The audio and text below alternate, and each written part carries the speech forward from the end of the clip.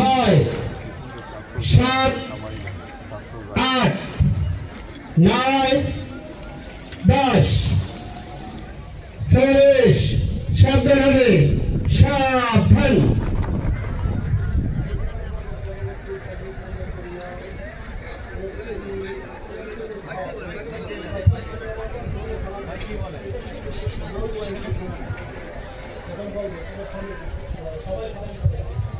পরবর্তী কার্যক্রমের জন্য প্রস্তুত হও।